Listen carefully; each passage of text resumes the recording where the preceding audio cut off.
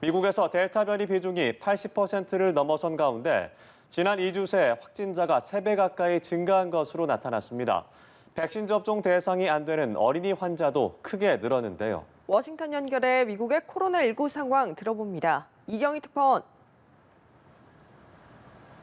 네, CNN 방송은 미국에서 최근 7일간 하루 평균 코로나19 신규 확진자가 3만 7천여 명으로 1주 전보다 54% 증가했다고 보도했습니다.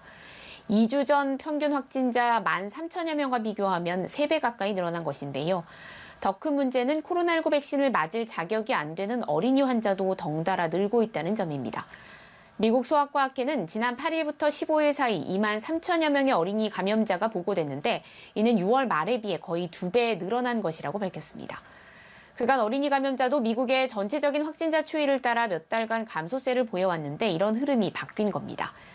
개학을 몇 주 앞둔 시점이고 9월 새학기부터는 전면 대면 수업을 준비하고 있는 터라서 개학과 함께 확산세가 가속화할 수 있다는 우려가 커지고 있습니다.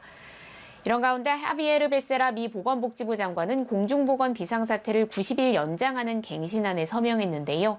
이번이 6번째 연장입니다. 미 질병통제예방센터에 따르면 미국인의 약 28%인 9,100만여 명이 코로나19 전파율이 높은 카운티에 살고 있는 것으로 집계됐습니다. 이런 상황 속에 트럼프 전 대통령 지지자들을 중심으로 백신 거부 경향이 여전히 나타나고 있는데요. 상황이 심상치 않자 공화당에서도 접종을 권고하는 목소리가 커지고 있다고요.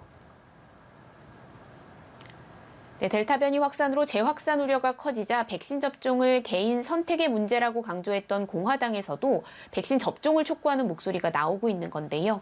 미치 매코널 공화당 상원 원내대표는 가능한 한 빨리 모든 사람이 접종하지 않으면 작년에 겪었던 원치 않은 가을의 상황으로 되돌아갈 것이라면서 백신 음모론을 배척해야 한다는 의견도 제시했습니다.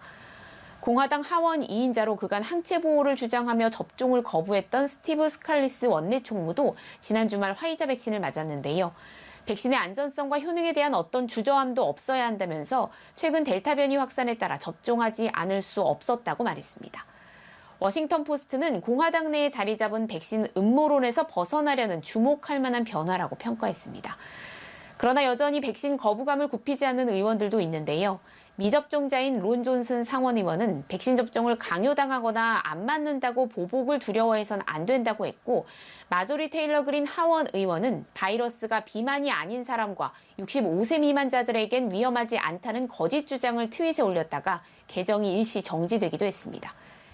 CNN은 지난 5월 535명의 연방의원을 조사한 결과 민주당은 100% 백신을 접종했고 공화당은 하원이 44.8%, 상원이 92% 접종한 것으로 나타났다고 전했습니다.